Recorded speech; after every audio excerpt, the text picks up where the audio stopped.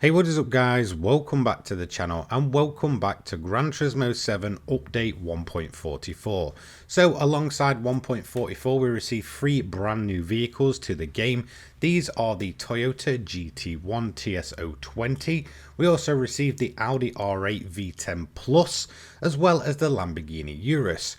Overall, this was a fairly solid lineup of vehicles. I will quite happily go on record and say, in terms of the overall quality of vehicles, this is perhaps one of the better 3-car lineups that we've ever had in GT7 update history. A massive improvement over what we saw, especially with 1.42 and 1.43, which was only really saved by the Mitsubishi Evolution 9.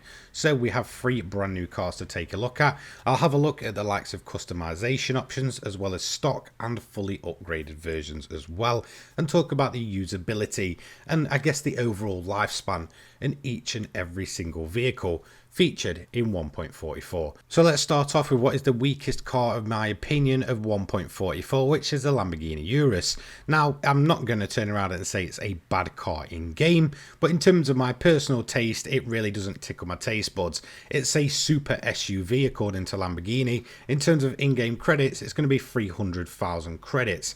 In terms of customization options, there is rather quite a few there, much more than I originally expected.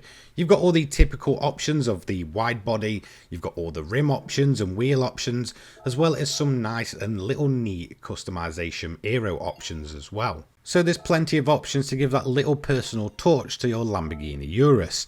Now in terms of the, I guess, best point of this vehicle, it isn't actually going to be about the customization at all. It's all about the tuning with this vehicle. It puts out a ton of horsepower, and I feel like Gran Turismo and Polyphony themselves have been very lenient in terms of not accounting for the massive weight. Basically, once you start stripping this thing out and you add all of the upgrades, you can get a very solid and very quick 700 pp build out of this thing.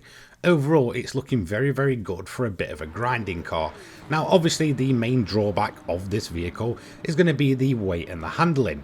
It's not necessarily bad, but it's certainly a bit on the bulky side. You really do feel that extra weight even with the weight reductions installed. However, the car itself does have plenty of power to make up for lost time in the corners on the street. However, it still can be beaten by quite a few cars around a similar PP rating. However, when you start getting the upgrades on, I do find that the sweet spot is between 600 and 700 PP. Around those two markers, you can get some fairly sweet builds going with this thing, much better than I originally expected. So is the standard on-track performance really any good? It's okay at best. However, once you do start getting them upgrades on, you can expect the Urus to behave in a way that you will probably want it to in terms of a circuit-based racing game like Gran Turismo 7. For me, the Urus still feels much more at home in an open world driving game. However, in terms of GT7, there is a ton of potential there to get some very sweet builds, so I honestly cannot complain. Does it exceed my original expectations for it? Absolutely. At the end of the day, it's marketed as a super SUV, and right from the get-go it really does feel like that. But for me, the extra bulky weight and just the extra size of this thing kind of lets it down originally, but once you start taking some of that weight off, once you start putting more performance through it, you can get some genuinely decent builds going with this thing.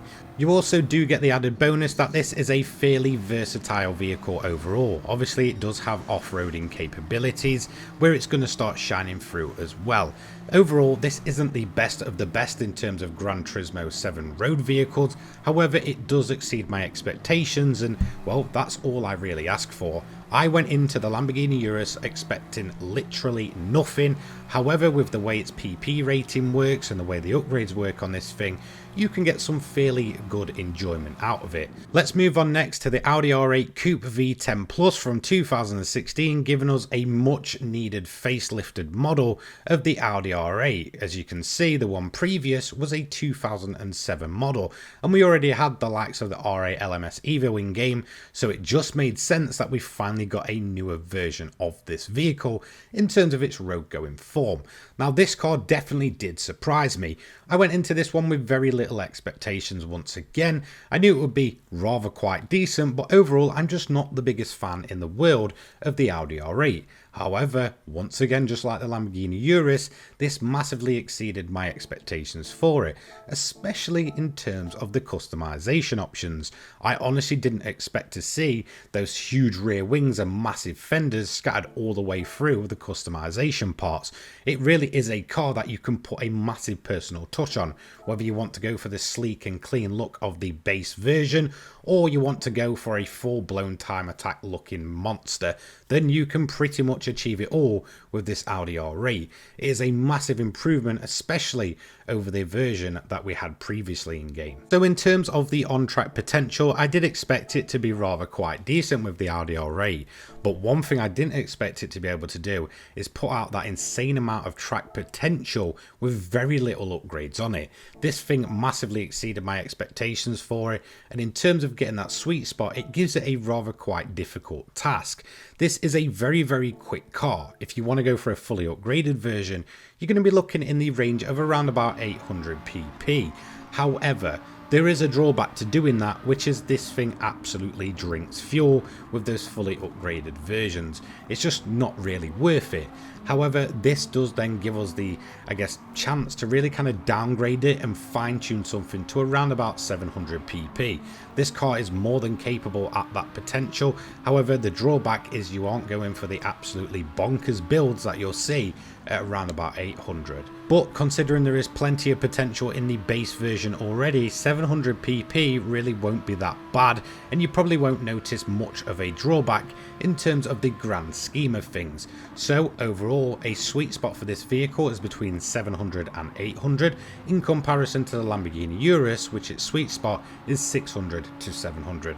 So again, we do have a bit of a broad range here when it comes to both the brand new road cars in game, which is actually quite nice. You've got something that will cover almost anything just with these two cars alone, and again, they're the most usable PP ratings in the entirety of GT7. So overall, it did massively exceed my expectations. I honestly did not expect it to have the amount of performance that it genuinely does, whether that's the base model, whether it's 700 pp or upwards of 800 pp, which is just absolutely ridiculous. In all honesty, if you just want a car that can go ahead and absolutely be thrown around a track without worrying about the likes of fuel and tyre wear, then in all honesty, this might be one of the most fun road cars in the entirety of GT7. Overall, this was a much better car than I expected, and I really didn't expect it to be anywhere near this good.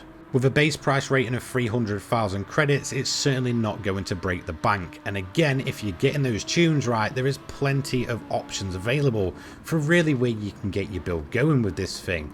Overall, if you want to go for fun, go for the max upgraded 800 version. If you want to go for overall usability and I guess the best path to go in terms of a sensible option, then 700 is also a nice little sweet spot with the R8. This is again a supercar that can pretty much do it all and will probably exceed all of your expectations no matter what you do with it. I honestly don't think you can go wrong with the Audi R8. I feel like this is a great addition to the game and probably will be a car that I'll use for a fairly long time to come. So with the two new road cars out the way and done with, let's talk about probably the most famous car of the bunch and probably one of the most wanted cars to ever return to GT7, the Toyota GT1 TS020 from 1999. And for me, this is absolutely perfect, very affordable at 2.5 million credits, much cheaper than a lot of people actually originally thought. In terms of customization, believe it or not, this car does actually feature some, which kind of took me by surprise as well. So you do have the typical wheel change options, however, hidden away in one of the, I guess, more in-game and aero options is actually this in other, which is the front grille, which can actually be changed. I just thought this was a neat little feature, considering that these cars typically are not allowed to be touched at all. So in terms of the car itself, is it a welcome return or is it a complete disappointment? And I'm happy to report it's absolutely fantastic.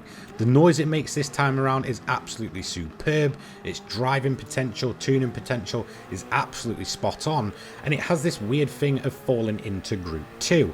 Now a lot of people were saying, well, if it was a 98 it should have fell into Group 2, if it was the 99 it should have fell into Group 1, and whilst I do somewhat agree, especially because of the regulations around Le Mans at the time, I feel like this is a nice spot for it to be in Group 2 alongside the likes of the Mercedes Mercedes and the likes of the McLaren.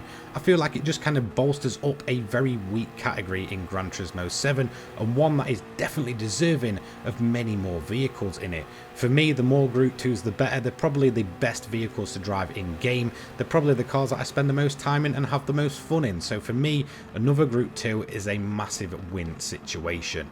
In terms of the car, again, it's a returning favourite. We all wanted it. It's finally here.